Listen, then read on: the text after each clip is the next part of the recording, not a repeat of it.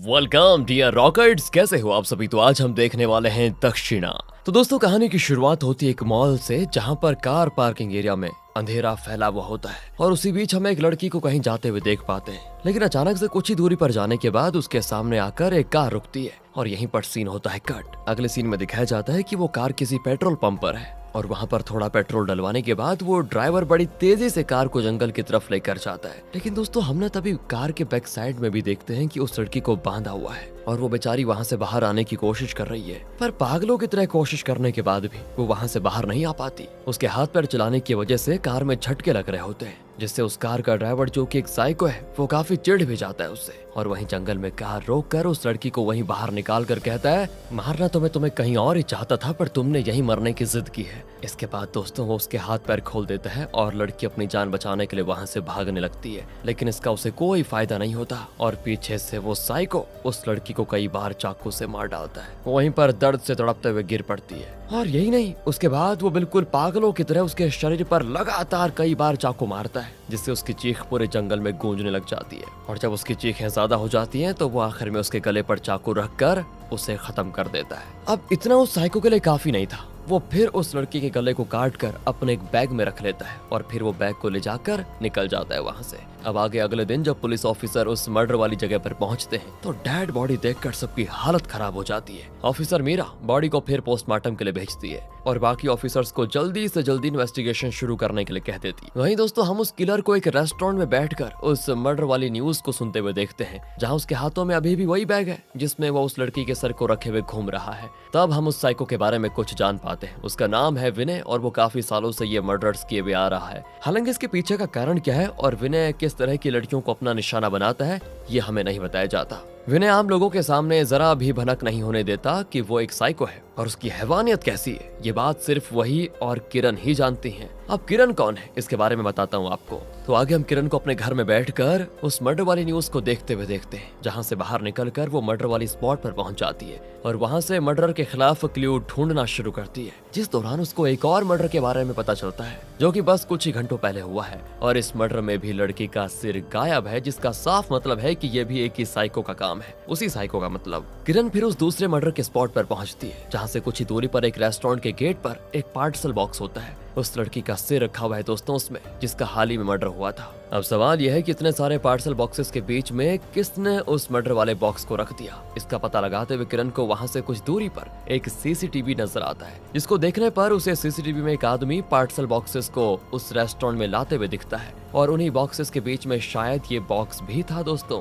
तो किरण नोटिस करती है कि उस आदमी के हाथों में टैटू है और फिर वो तुरंत उसको ढूंढने निकल पड़ती है। वहीं उसके पीछे पीछे हम मीरा को बाकी ऑफिसर्स के साथ सेम उसी जगह पर आकर सीसीटीवी चेक करते हुए देखते हैं, जहां उससे भी पार्सल डिलीवर करने वाले उस लड़के के बारे में पता चल जाता है। पर उस सीसीटीवी के ओनर से उनको ये भी पता चलता है कि उनसे पहले कोई लड़की ऑलरेडी यहाँ पर आकर ये सीसीटीवी चेक करके जा चुकी है। तो ये जानकर मीरा को उस सीसीटीवी ओनर पर गुस्सा भी आता है कि कैसे तुम किसी अनजान को इस तरह चेक करने देते हो कैमरे। जिसके बाद मीरा उस ओनर को एक लड़की की फोटो दिखाती जो कि काफी हद तक किरण से ही मिल रही थी, जिसको देखकर वो आदमी कहता है कि हाँ शायद यही वो लड़की थी। अब ये सुनकर मीरा को पक्का यकीन हो जाता है और वो किरण को अपना टारगेट बना लेती है, यही सोचते हुए कि शायद किरण नहीं मर्डर किया है। पर सोचने वाली बात यह है कि मीरा को कैसे पता कि किरण कौन है और उसके पास किरण की फोटोज आए कैसे। तो इन राजों का बस आपको पता चलने वाला है दोस्तों। आगे किरण रेस्टोरेंट तक पार्सल पहुंचाने वाले उस आदमी तक पहुंच जाती है और उसे बुरी तरह पीटते हुए पूछती है कि तुमने उस लड़की को क्यों मारा। वो आदमी कहता है कि मुझे उस बारे में कुछ पता नहीं था,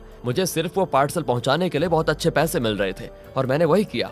ये सुनने के बाद किरण उसको छोड़ देती है, पर कुछ देर के बाद ही मीरा वहां पर पहुंचकर उस आदमी को अरेस्ट कर लेती है। जहां आगे पुलिस स्टेशन में वो वही बात दोहराता है कि मैंने कुछ नहीं किया, मुझे पार्सल पहुंचाने के लिए भेजा गया था, उसके लिए मुझे पैसे मिल रहे थे बस। जिसके साथ वो ये भी बताता है कि आपके आने से पहले एक लड़की ने मुझसे यही सवाल पूछा था कि मैंने क्यों मारा, उसको भी मैंने यही कहा कि मैंने नहीं मारा। तब मीरा समझ जाती है कि किरण मर्डरर नहीं है, बल्कि वो मर्डर को ढूंढने की कोशिश कर रही है। पर वो ऑफिसर से डर कर क्यों भाग रही है ये इसकी समझ में नहीं आता मीरा की। अब दोस्तों इसी दौरान फिर से एक मर्डर की खबर सामने आती है और हमेशा की तरह इस बार भी लड़की का सिर गायब होता है। मीरा और किरण दोनों ही एक वक्त पर उस मर्डर वाले स्पॉट पर पहुंच जाते हैं, जहां किरण एक आदमी को वहां पर नोटिस करती है जिसका एक हाथ है नहीं। तब उसे याद आता है कि पार्सल वाले आदमी ने कहा था कि मुझे जिस आदमी ने पार्सल दिया था उसका एक हाथ नहीं था। किरण को उसी समय उस आदमी पर शक हो जाता है जिस वजह से वो उसका पीछा करने लग जाती है और किरण को देखकर वो आदमी भी वहाँ से भागने लगता है। उसी दौरान मीरा भी किरण को वहाँ पर देख लेती है और अपने ऑफिसर्स को उसे पकड़ने के लिए कहती है,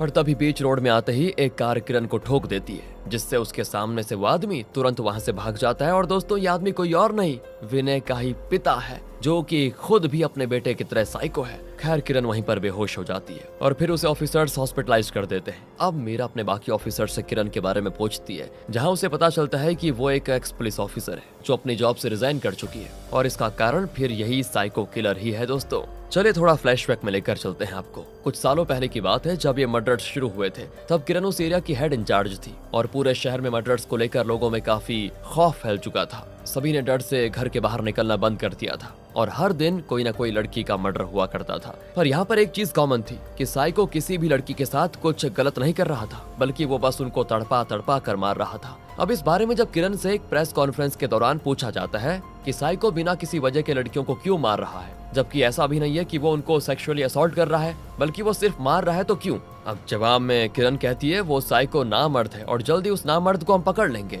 ये प्रेस कॉन्फ्रेंस दोस्तों उस समय विनय भी सुन रहा था, जिसको सुनकर उसे ये बात जरा भी अच्छी नहीं लगती कि किरण ने उसको नामर्द कहा और फिर वो किरण को ही अपना अगला शिकार बनाने का फैसला कर लेता है। आगे विनय एक लड़की को किडनैप करता है, पर जैसे ही वो उसे मारने वाला होता है उसके दिमाग में इस बार कुछ और ही करने का ख्याल आता है। वो उस लड़की को मारता तो नहीं, पर उसे ये कह देता है कि तुम्हें ऑफिसर किरण के पास जाकर बस ये कहना होगा कि मैंने तुम्हें साइको से बचाया। मैंने यानी कि विनय ने तुम्हें साइको से बचाया। जिसके बाद वो लड़की वैसा ही करती है और विनय को किरण के आगे लाकर और कहती है कि देखिए मैडम, मुझे उस शाम को साइको ने किडनैप कर लिया था और तभी विनय ने आकर मुझे बचा लिया, जबकि असल में तो विनय ही वो साइको है। वो लड़की वहाँ पर सच इसीलिए नहीं बताती क्योंकि उसे इस बात का डर है कि कहीं विनय उसे मार न दे। हालांकि आगे उसका डर सच भी हो जाता है। जब वो पुलिस स्टेशन से घर लौट रही होती है तभी बीच रास्ते में विनय का बाप, जो कि खुद साइको है, उससे भी बड़ा, वो उस लड़की को मार डालता है। अब आगे जब किरण को ये बात पता चलती है तो उसे खुद में बहुत ही गिल्ट होता है कि मैं उस लड़की को बचा नहीं पाई। और वहीं दोस्तों विनय उस समय पुलिस स्टेशन में उस साइको का स्केच बनवाने में मदद कर रहा होता है, क्योंकि उसने ये कहा था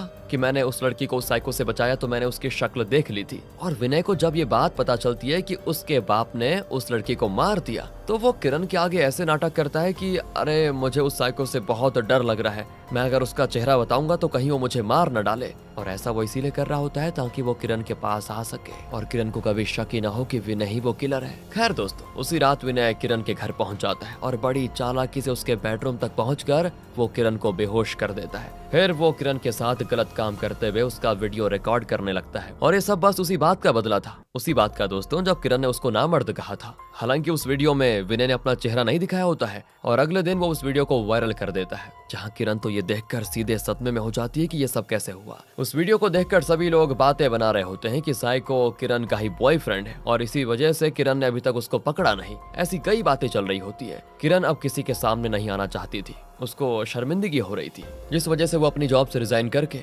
अपने घर में आकर खुद से आग लगा लेती है ताकि सभी को ऐसा लगे कि वो हादसे में मर गई। दूसरी तरफ किरण अपने हुलिये को बदलकर उस साइको को ढूंढने के मकसद पर निकल जाती है और यहाँ से कहानी आ जाती है प्रेजेंट में, जहाँ मीरा ने पहले भी ये कहानी सुनी थी पर उसे ऐसा लगता था कि ये कहानी झूठी है और किरण जिंदा नहीं है, जिस वजह से वो किरण का फोटो भी अपने पास रखा करती थी। अब सारा सच सामने आने के बाद मीरा किरण से मिलने जाती है, जहाँ हॉस्पिटल में किरण को होश आने के बाद मीरा उसे उस साइको के बारे में पूछती है, जिस पर किरण उसे पूरी कहानी बताती है कि जब मैंने अपनी जॉब से रिजाइन कर दिया तब आगे मैंने क्या किया था। कहानी जाती है फिर से फ्लैशबैक में, जहां किरण अपने जॉब से रिजाइन करने के बाद हर तरफ उस साइको के बारे में पता लगाने पे लगी हुई थी, जहां उसको एक न्यूज़पेपर में रिसर्च करते हुए एक पुलिस ऑफिसर का आर्टिकल नजर आता है, जहां उस पुलिस ऑफिसर ने उस साइको के बारे में काफी बातें बताई थी। किरण फिर उसी ऑफिसर से मिलने जाती है, जहां उसको एक अलग ही कहानी पता चलती है। दोस्तों असल में ये साइको अपने बाप राघव की वजह से ऐसा बना था और राघव खुद एक कैरेक्टरलेस आदमी था। यहाँ कहानी फिर से फ्लैशबैक में जाती है, जहाँ उस वक्त ऑफिसर एरिया का इंचार्ज होता है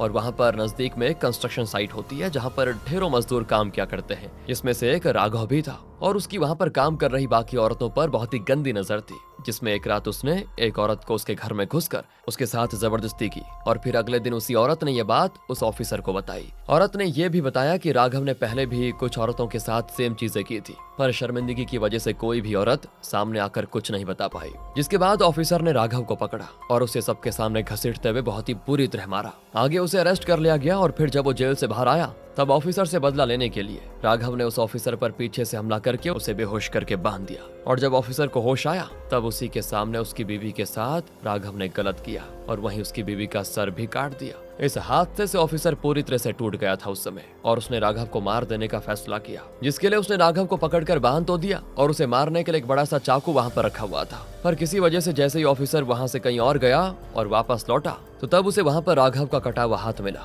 वही हाथ जिस हाथ में ऑफिसर ने हथकड़ी लगाई थी। आगे ऑफिसर को समझ आ गया कि राघव के बेटे विनय ने अपने बाप को बचाने के लिए और हथकड़ी से आजाद करवाने के लिए उसका हाथ ही काट दिया, जिससे ये तो साफ था कि उसका बेटा भी उसी की तरह बिल्कुल सनकी है। और उस दिन के बाद से वो दोनों वहां से पता नहीं कहीं चले गए, राघव और उसका बेटा विनय। और अब अचानक से दोनों ने फिर से लोगों को मारना शुरू कर दिया है। किरण फिर मीरा से कहती है कि उस दिन मैंने राघव को वहां देखा था, पर मेरे पकड़ने से पहले वो भाग गया। हमें पहले उसे पकड़ना होगा और फिर उसके बाद उसका बेटा खुद ब खुद चला आएगा वहां पर। अब इन दोनों की बातों के दौरान मीरा के पास एक और मर्डर की न्यूज आती है, जहां इस बार लड़की का सर तो गायब होता ही है, साथ ही उसके शरीर की बहुत ही बुरी हालत की होती है। ऐसी हालत के देखकर सभी के रोंगटे खड़े हो जाएं। इसी वजह से वहां की एक वीमेन एक्टिविस्ट क्रिमिनल को पनिशमेंट दिलाने के लिए प्रोटेस्ट शुरू कर देती है और मीरा भी इस प्रोटेस्ट में जुड़ जाती है। जहां दूसरी ओर वो राघव प्रोटेस्ट को फैलता हुआ देखकर मीरा को अपना शिकार बनाने का सोचता है, ताकि लोगों के मन में डर आ जाए, जिसके लिए वो उसी रात मीरा के घर में घुसकर उसे मारने की कोशिश करता है।